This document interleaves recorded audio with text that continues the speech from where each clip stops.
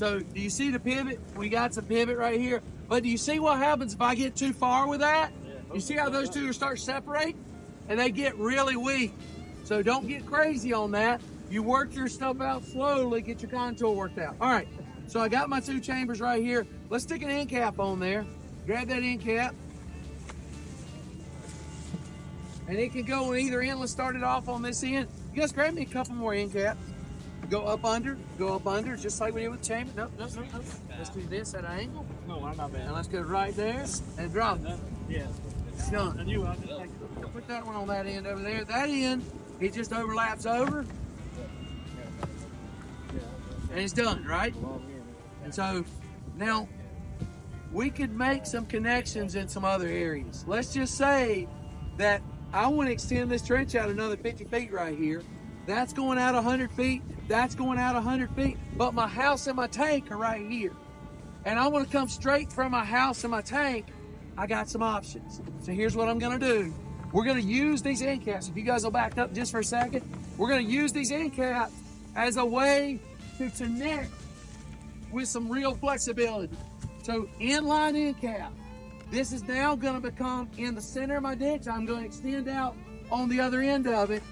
There's one thing I got to do before I do that. If I leave that end cap like that, water will get right here and will be stopped.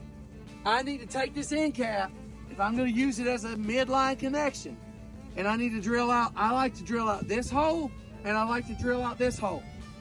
Manufacturer says I could get by just drilling this hole out, but I like the idea that if it ever sludged up or something, I would still have an air or access over the top, all right? So 3-inch, 4-inch hole saw, whatever you got, 3.5 inch, what most of you'll have here and here. And then I'm over the top right here. Now I am connecting to that end cap right there, right? And so I'm gonna drop right here. I've got those holes drilled out, chamber over here, and now I'm rocking and rolling back again. I'm finishing out this line. I've got my connections made. Put that end cap on that end right there. I can come in from the house right here. And as long as this ditch is level, which way's the water gonna go? Both ways. Just as I told you before, we really need to think about how the water's coming in to make sure we don't accidentally put rise on these systems, right? When we're digging, if I'm coming in from the middle, I need to be really level because I can't have rise either way. So if I dig it from that end, going that way, and I had fall on it the whole way, but I came in right here, I would have rise going back that way, right? So just be really cautious if you do that. Make sure we don't overload our ditches. Then to go to the next line by serial distribution, where would I make my connection? Anywhere. What anywhere is possible, but how does Ronnie make his decision on where to go? He looks at those ditches, frankly, and says, where are they the closest together? Where is it the easiest to make that connection?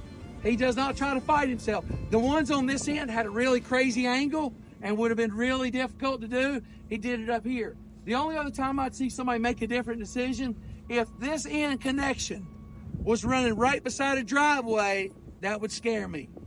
Why would it scare me to make all my connections?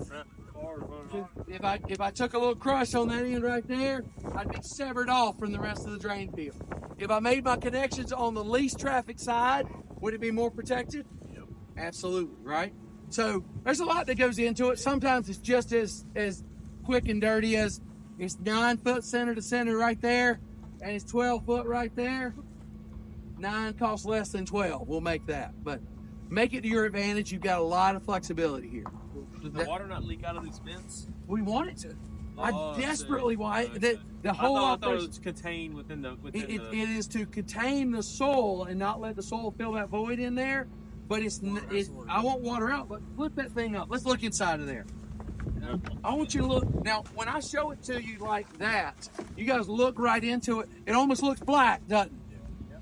You've got to turn it. The angle of repose, the angle of those vents, is drastically like this to make it shed soil. The first generation of chambers that came out, you could stick your pinky finger in them and they were straight out like that, and they allowed massive amounts of soil to integrate into those, and they got a bad reputation. These have been redesigned. Not only do the angle of repose different, but you have support feet in the middle, right? They're structurally redesigned. The fact that the end cap has the elevations kind of built in where you need to drill for your step downs makes it a pretty easy product to use. Common product, but is it bulletproof? The man that uses it every day, did he say you can mess it up? Yeah. Yes, you can. All right. If you didn't have to do anything and it just took care of itself, it would be magic. There is no magic, okay? Nobody's selling magic here. If you do a bad job, you get bad results. All right? Questions about the chamber? Questions?